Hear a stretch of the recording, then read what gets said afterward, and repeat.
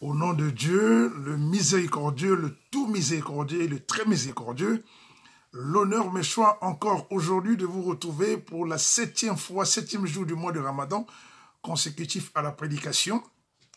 Prédication qui consiste à éveiller un peu la conscience de l'homme pour savoir d'où venons-nous, où irions-nous et où sommes-nous par rapport à la terre et à l'univers et qui en est le créateur. Alors, donc, il s'est avéré que nous avons constaté que l'homme de sa naissance, il naît ignorant, ne sachant pas où il atterrit. Grandissant, il commence à constater que, effectivement, qu'il est un être humain, non-il d'un corps très complexe. Deuxièmement, il a une nature, un environnement aussi très énorme, mais ne sachant pas d'où ça vient. Et il a commencé par comprendre de lui-même que certainement qu'il y a une intelligence plus grande que la nôtre, et qui en est à l'auteur de cette création. Et ça n'a pas tardé, le Créateur lui-même s'est révélé à l'homme par ses Écritures, en faisant comprendre à l'homme que nous sommes, l'environnement que nous regardons, l'univers dans lequel nous sommes, est bel et bien le fruit de sa création, et nous sommes tous ses créatures. Et il s'en est donc déclaré ainsi. Alors, c'est ainsi qu'aujourd'hui, nous venons pour vous présenter maintenant qui est celui-là, le Créateur, que nous appelons en termes génériques Dieu. Mais nous ne saurions dire qui est Dieu si lui-même ne s'est pas autodéfini, ne s'est pas auto-présenté. Donc aujourd'hui, nous ne dirons que ce que Dieu lui-même a dit de lui. Qu'en est-il exactement? Et donc l'émission d'aujourd'hui, le thème est « Qui est Dieu ?» selon Dieu lui-même. Alors, Dieu nous dit qu'il est le créateur par excellence de l'univers, des cieux, de la terre et de tout ce qui existe y réside. Voilà. Donc, déclaration claire de Dieu. Déjà, c'est celui-là, le créateur. Deuxièmement, il nous dit qu'il est un incréé, contrairement à nous qui sommes des créés. Lui, il crée. Et lui, il amène toutes choses du néant à l'existence. Comme il a créé, comme je disais tout à l'heure, qu'il est le créateur par excellence de l'univers, des cieux, de la terre et de tout ce qui existe et y réside à partir du néant. Donc, il a créé à partir du néant, il a créé tout cela. Et deuxièmement, il dit que lui, il est un incréé. D'accord? Donc, personne ne l'a créé. Lui, par contre, il amène la création. Il amène l'origine. Il est le créateur de l'origine et de la création. C'est ce que Dieu nous enseigne. Il dit, il n'a pas de commencement, il n'a pas de fin, car toute chose qui a un commencement, c'est qui n'existait pas avant le commencement. Et toute chose qui a une fin, c'est qui n'existera plus après la fin. Mais Dieu, il est un incréé, il est intemporel, car il est le créateur du temps. Le temps, c'est Dieu qui l'a créé. Le temps a surgi avec la création de l'univers. Voilà, donc le temps aussi est une créature. Voilà, et Dieu, on est donc le créateur. Et il nous enseigne il dit, il n'a pas été engendré, lui, Dieu, et n'engendre non plus. C'est-à-dire, effectivement, qu'il ne vient pas de quelque part, et il ne se reproduit pas aussi comme nous, les êtres humains, pour produire soit une progéniture ou quelqu'un qui le remplacerait. Non, il est éternel. Voilà, ça c'est ce que Dieu dit de lui dans les Saintes Écritures. Il n'existe que par lui-même. Il est le vivant. Voilà. Dieu n'a pas besoin de substance extérieure pour qu'il vive. C'est pour cela que l'autre humain doit démaniser Dieu dans sa tête. Ne croyez pas que Dieu est un être humain comme nous qui est quelque part et qui en est le cœur. Non, non, non. Tout ce que nous connaissons, tout ce que nous pouvons penser ne ressemble pas à Dieu. Voilà. Dieu n'a pas d'image sur laquelle tu dois te référer pour dire quand tu parles de Dieu, tu te refais quelque chose. Non. Dieu est ce qu'il est. Voilà. Ça, ce sont les déclarations de Dieu. Et Dieu nous enseigne, il dit qu'il est invisible. Voilà. Et de l'invisibilité de Dieu simple, l'homme ne peut pas regarder Dieu et vivre. Exemple, nous sommes des êtres humains aussi petits sur une planète, dans un système solaire, dans une galaxie de 100 milliards d'étoiles et dans un univers de milliards de galaxies. L'homme ne peut regarder que l'univers observable, l'univers qui lui permet de regarder dans son champ, dans la limite de son champ. Mais l'homme ne peut pas regarder tout l'univers. Impossible à l'homme. L'homme ne connaît même pas où commence l'univers, où termine l'univers. Et il ne saura jamais. Mais malgré cette grandeur, Dieu nous dit que l'univers pour lui c'est comme un anneau, comme de bagues, posé sur un désert. Imaginez qu'on prenne un anneau qu'on jette sur un désert, on va retrouver ça. C'est ça l'univers, aussi grand qu'il peut paraître pour nous. Il est aussi donc infime pour Dieu. Voilà. Ça, et c'est ainsi que si déjà on ne peut pas voir l'univers, donc nous ne pouvons pas voir Dieu. Mais Dieu nous a promis que à notre résurrection, effectivement, ceux qui ont ont la croyance de le croiser, nous le croiserons dans une autre dimension que celle dans laquelle nous sommes. Déjà, dans cette dimension, on ne peut rien voir de ce que nous pouvons. Nous sommes limités par rapport à notre champ de vision. Et Dieu dit, il est immortel. Voilà.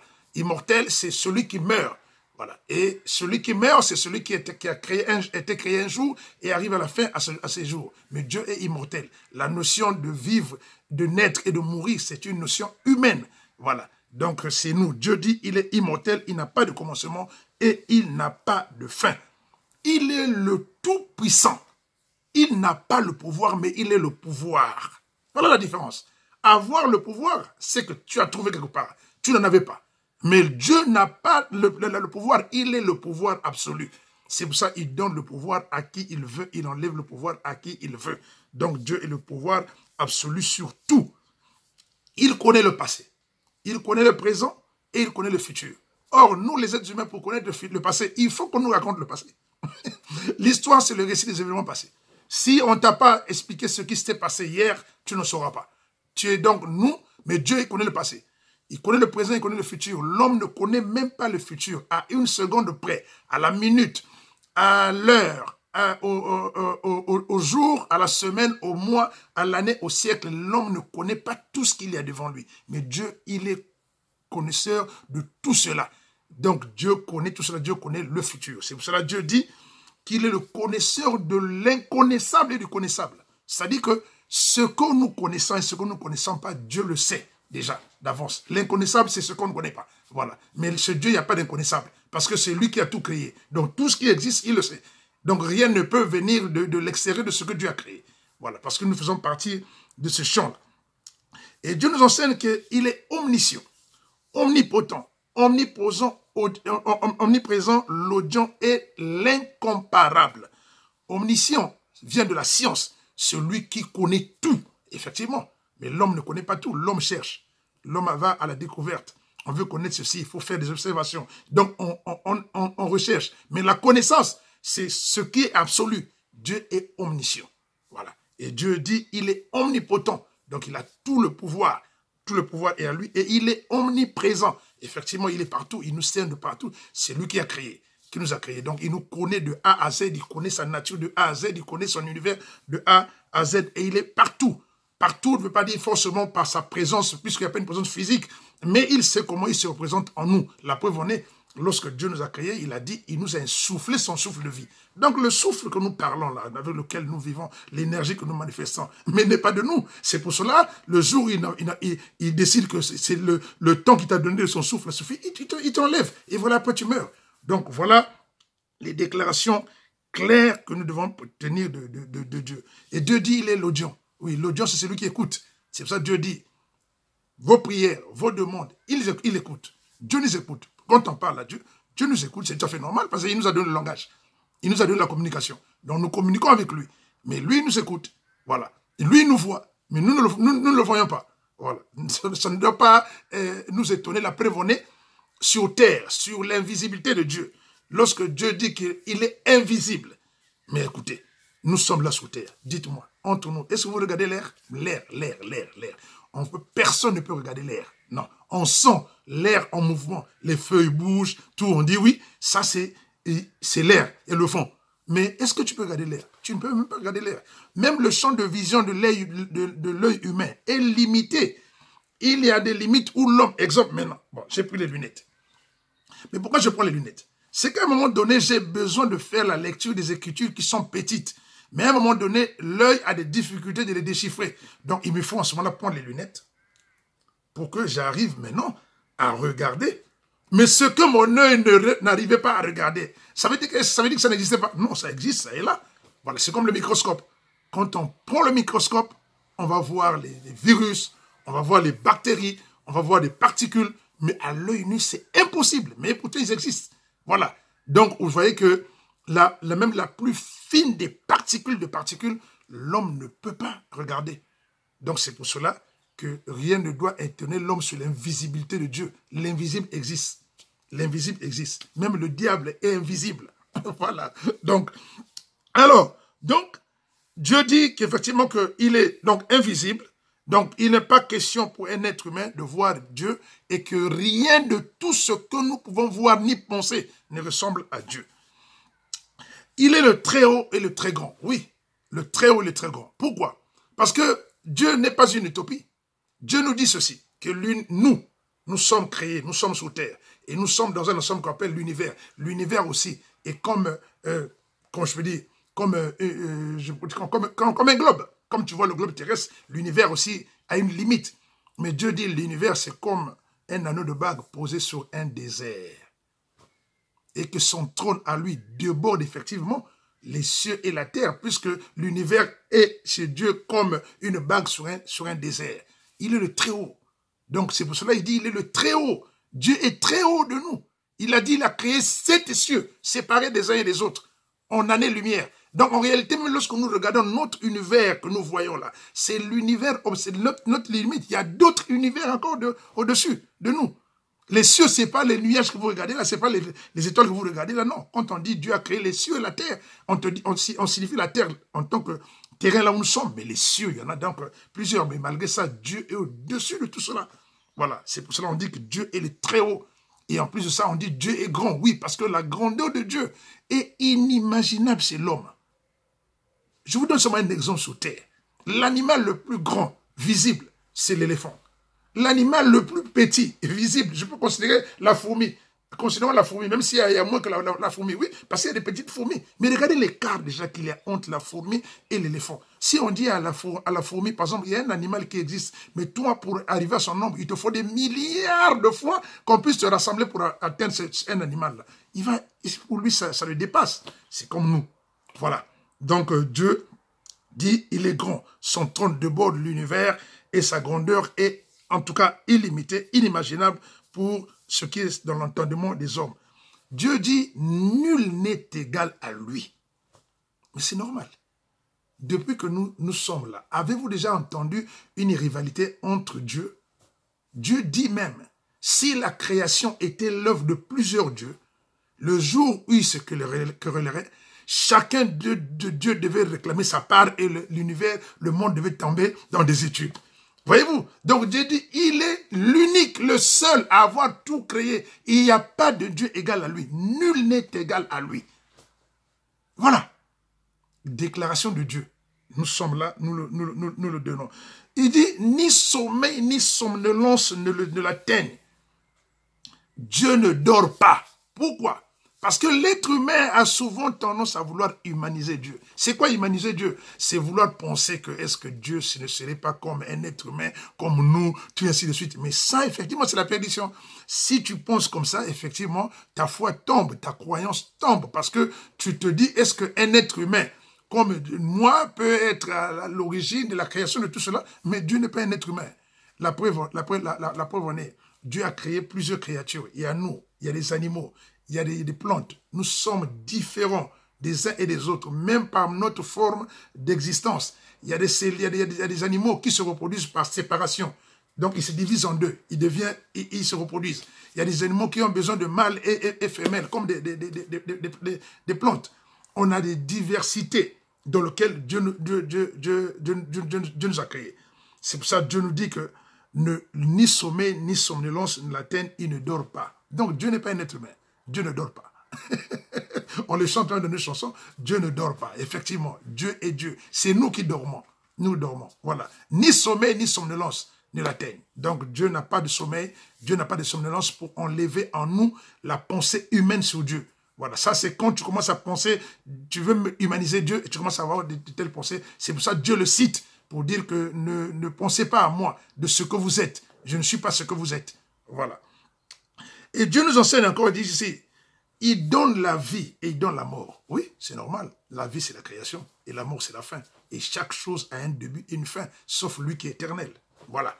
Et il nous enseigne encore, comme dit, il crée toutes choses en donnant un terme à chaque chose. Comme je vous ai dit, nous sommes des êtres humains programmés. Nos corps, là, ont des limites. Vous savez, aujourd'hui, il y a des gens qui fabriquent les appareils ménagers. On appelle ça de l'obsolescence programmée. C'est-à-dire que l'appareil a une durée de vie en fonction de son fonctionnement.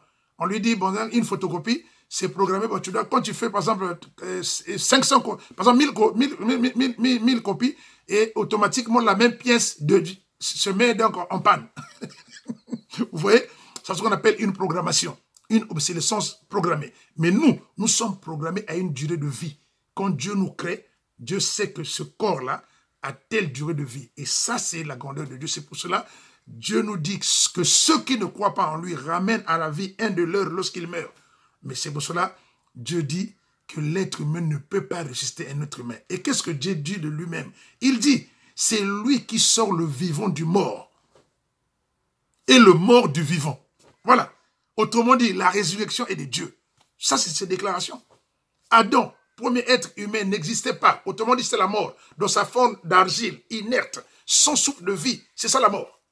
Et de cette position, il devient vivant. Dieu l'a soufflé le souffle de vie, comme il a dit, et il est devenu être humain. Et ce souffle-là que Dieu a donné a une limite, c'est ça la vie. À la fin, Dieu retire ce souffle-là, c'est ça la mort. Comme tu n'as pas de souffle à remplacer, c'est pour ça que l'être humain ne peut pas résister qu'à l'être humain. Tu n'as pas le souffle. Sinon, imaginez, dit-on que l'élément central du corps humain, c'est le cœur. Alors, si ce n'est que le cœur, aujourd'hui, on change de cœur, non? Alors, donc, il suffirait à l'homme tout simplement de prendre un mort, de lui changer un corps et que le cœur commence à battre comme ça, il reprend la vie. Zéro. Le cœur n'est qu'un organe, mais il y a le souffle de vie. Le souffle de vie. Dieu nous dit que l'être humain, dans les premiers temps de la rencontre du sperme et du spermatozoïde dans le sein de sa mère, pendant 4 mois, 120 jours, il n'y a que la multiplication cellulaire, il n'y a pas de souffle de vie. Il envoie le souffle de vie après 120 jours, donc au 4e mois. Et demandez à nos mères, demandez aux scientifiques, ils ont témoigné cela, que c'est à partir du 4e mois que l'embryon commence à respirer. Respirer. Voilà. Là, l'être humain devient maintenant un être donc vivant, avec un souffle de vie. Le souffle de vie, là, l'homme ne sait pas le créer. Ce qu'on appelle l'esprit, qui est invisible même. L'esprit invisible. Aujourd'hui, je suis là devant vous, je parle. Qu'est-ce qui m'anime? C'est l'esprit. Si cet esprit sort de moi, je tombe en des études. Mais l'esprit ne m'appartient pas. L'esprit a un commandement. Voilà, c'est pour ça le créateur de l'esprit, le commandeur de l'esprit, quand il dit à l'esprit, vas-y, l'esprit arrive, il fait de toi un être humain. Le jour où on dit l'esprit, allez, reviens. Eh bien, l'esprit est reparti, c'est pour ça qu'on dit chez nous quand quelqu'un est mort, oh, que son âme repose en paix. Que Dieu lui pardonne, lui donne une place. Ah, ça au moins on reconnaît. Ça au moins on reconnaît, c'est bien. Alors, donc, entre autres encore, parmi les choses que Dieu nous dit, Dieu dit, il est l'unique. Il y a, comme je vous ai dit, il n'y a pas 2 dieux, il n'y a pas 3 dieux. Il n'y a pas 2 dieux, il n'y a pas 3 dieux. Est-ce que vous avez déjà vu, par exemple, les déclarations que Dieu a données, que je suis en train de vous donner là? Vous avez déjà entendu qu'il y a un autre tel Dieu aussi qui fait une telle déclaration? Non. Il n'y a qu'un seul Dieu. Il n'y a qu'un seul Dieu. Il n'y a pas 2, 3. Voilà. Donc, Dieu est le seul à être imploré. Il nous dit ça. Il est le seul à être imploré. Effectivement, nous, les êtres humains, nous ne pouvons que nous remettre en lui. Il n'y a pas de choix. Et pourquoi de choix? Puisque c'est lui qui nous a créés. Donc, il faut se référer à lui. Il n'y a que lui, Dieu seul qui doit être imploré. Il est le miséricordieux. Le tout miséricordieux et le très miséricordieux. Qu'est-ce que c'est que la miséricorde? C'est le pardon. Parce que vous savez, chaque chose est régie par des lois. Nous sommes créés, Dieu nous a donné des lois. Et de ces lois-là, nous sommes des transgresseurs, des êtres humains, nous commettons des péchés. Vous voyez, prenez un match de football. Quand les joueurs jouent, il y a la règle, non? Si tu touches la balle dans la surface de réparation, on va siffler pénalty. Si tu toies un joueur, on te donne un carton jaune. Si c'est fort, tu as un carton rouge. C'est la loi, exemple. Tu es ici, dans la loi des êtres humains, tu tues quelqu'un, on t'arrête. Tu fais une infraction, on t'arrête. Donc, même nous avons des lois. Mais Dieu nous a donné aussi ces lois à lui. Mais Dieu, sachant que, constatant que l'homme est un transgresseur de la loi, Dieu s'est commandé lui-même la miséricorde. C'est pour dire, ce sont mes créatures. Je pardonnerai qui je veux. Quiconque cherchera mon pardon, je lui accorderai. Donc, soyons humbles. C'est pour cela, ce qui est le pardon, c'est celui qui est humble. Tu as commis, demande pardon. C'est ça le problème. Mais attention, on ne te dit pas que faut aller continuer à commettre pour venir demander pardon. Non. Donc, c'est lui le miséricordieux. Alors, c'est ainsi que nous disons que donc, gloire à Dieu. Toute la gloire est à Dieu. Les louanges sont à Dieu. Dieu est grand.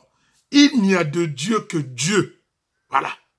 Il n'y a de Dieu que Dieu. En dehors de Dieu, il n'y a pas Dieu. Voilà. Il n'y a pas Dieu. C'est pour dire que quel est ce Dieu-là, s'il y a quelqu'un qui, déjà nous sommes là, comme je vous ai posé la question, y a-t-il déjà un autre Dieu qui a fait ce temps de déclaration pour dire que nous observons par exemple la compétition entre Dieu un tel et Dieu un tel? Non, en tant que Dieu créateur, non.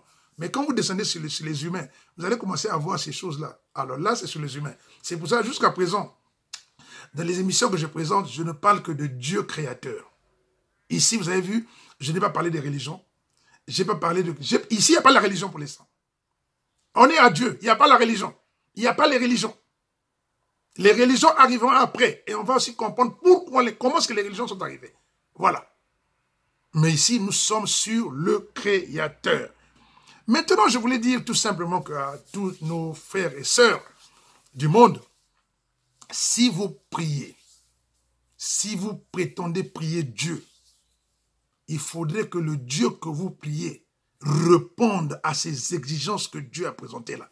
Car Dieu a dit, ne le priez pas sans le connaître.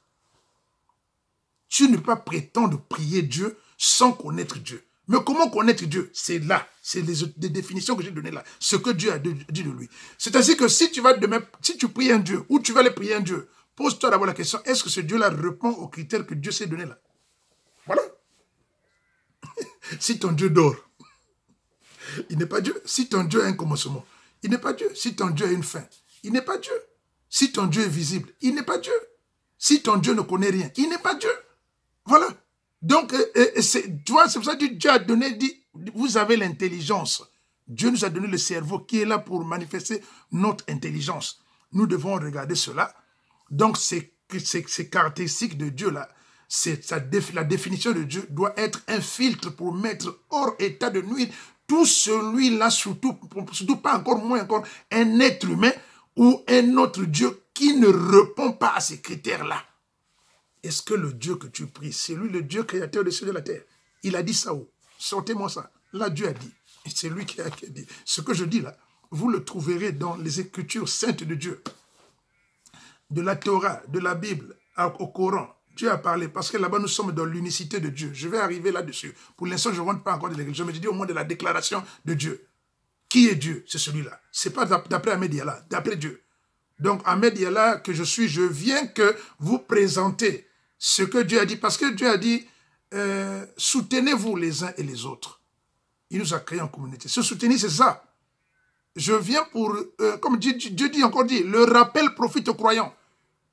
Il y a beaucoup de gens qui croient. Mais dans la foi et la croyance, parfois, est sujette à question. Quand on demande maintenant, allons par exemple sur un débat, il a des difficultés à défendre même sa foi. C'est un problème. C'est pour cela, ne vous laissez pas forcément guider sans pourtant chercher la connaissance. Dieu dit, la connaissance est une obligation à tout être humain. Il faut chercher la connaissance. Comment Ahmed l'a fait? Mais moi aussi, je cherche la connaissance. Je suis fils d'un chrétien et d'une musulmane. Imaginez déjà. Donc, autrement dit, je suis à la croisée de deux religions. Je vais arriver là après. Mais pour l'instant, nous ne sommes pas là. Nous sommes d'abord dans Dieu, Dieu créateur des cieux et de la terre. Parce que le monde est régi en deux lignes parallèles. Où tu crois, ou tu ne crois pas. Tu ne peux pas être à demi, 50-50. Non. Tu dois te définir. Tu es de quel groupe? Est-ce que tu crois? Est-ce que tu ne crois pas? Et si tu ne crois pas, tu crois en quoi alors? Et ce à quoi tu crois là, est-ce qu'il est Dieu? Prends ça, balance-le par rapport à tout ce qu'on a dit. J'essaie encore de revoir mes notes. Si je vous ai laissé, si j'ai oublié un élément, je ne pense pas. Je vous ai dit que Dieu subsiste par lui-même. Il est le vivant. Voilà. Donc, ne cherchons pas à humaniser Dieu. Dieu n'est pas un être humain. Dieu est Dieu. Il est Dieu dans toute sa royauté, dans toute son omniscience, dans toute sa puissance. Je dis, nul n'est égal à lui. Voilà. Donc là, c'est un petit regard sur les notes que je vous ai données parce que j'ai 30 minutes avec vous par jour et en 30 minutes, il faut déverser le maximum de connaissances pour permettre à ceux qui nous regardent effectivement d'avoir la substance spirituelle très importante. Quoi. Mais voilà, je pense que Dieu m'a fait grâce de ne rien oublier de lui. C'est la connaissance qu'il nous a donnée. Donc, je fortifie encore nos frères et sœurs, les croyants. Si tu n'es pas croyant, fais un effort. Pose-toi la question, pourquoi tu n'es pas croyant? Et si tu n'es pas croyant, tu crois à quoi? Et si tu n'es pas croyant, tu peux nous dire comment est-ce que le monde est arrivé, comment est-ce que tu es arrivé? Si tu es un croyant lié à la théorie scientifique, j'ai déjà fait les émissions sur l'origine du monde attribuée au Big Bang par rapport aux scientifiques, ça a été mis KO. J'ai fait aussi l'émission sur la théorie de l'évolution de l'homme, que les scientifiques auraient développé que l'homme serait l'émanation d'un singe évolué. J'ai mis ça aussi KO. Pas selon moi, mais selon la parole de Dieu. Quand on a mis la parole de Dieu en face de leur déclaration, ils sont tombés. Voilà, les émissions sont là, regardez, ça fait que 30 minutes. En 30 minutes, tu reçois beaucoup d'années de recherche et d'éléments. Je permets de donner une information encore sur les recherches scientifiques. L'être humain, les scientifiques, toujours à la recherche de connaître, de savoir l'origine de la particule la plus fine.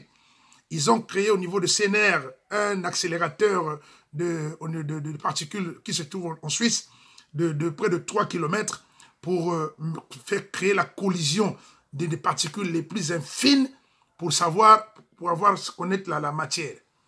Quand ils ont bombardé, ils ont créé le bombardement de 2 atomes d'or. 2 atomes d'or. Imaginez d'abord, déjà tu peux voir l'atome à l'œil.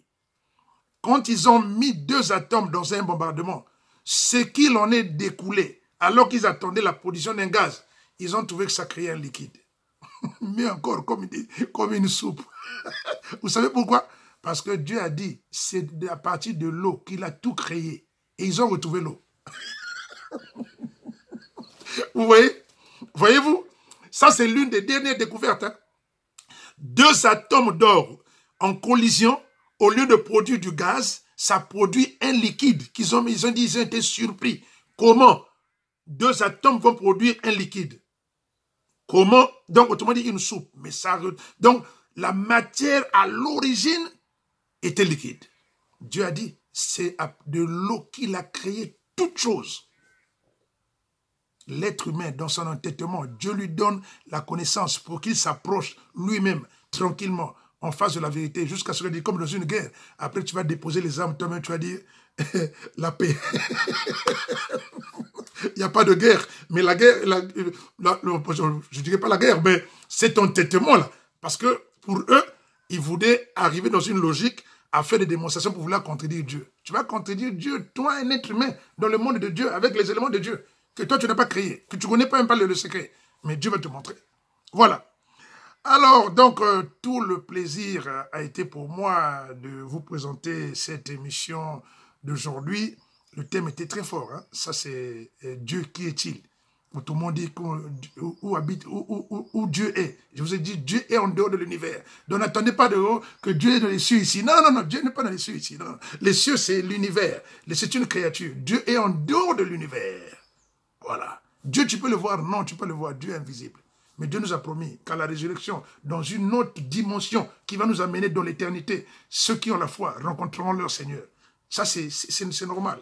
Et quand tu ne connais pas quelque chose, mon frère, il faut tout simplement être humble et reconnaître que non, je ne connais pas.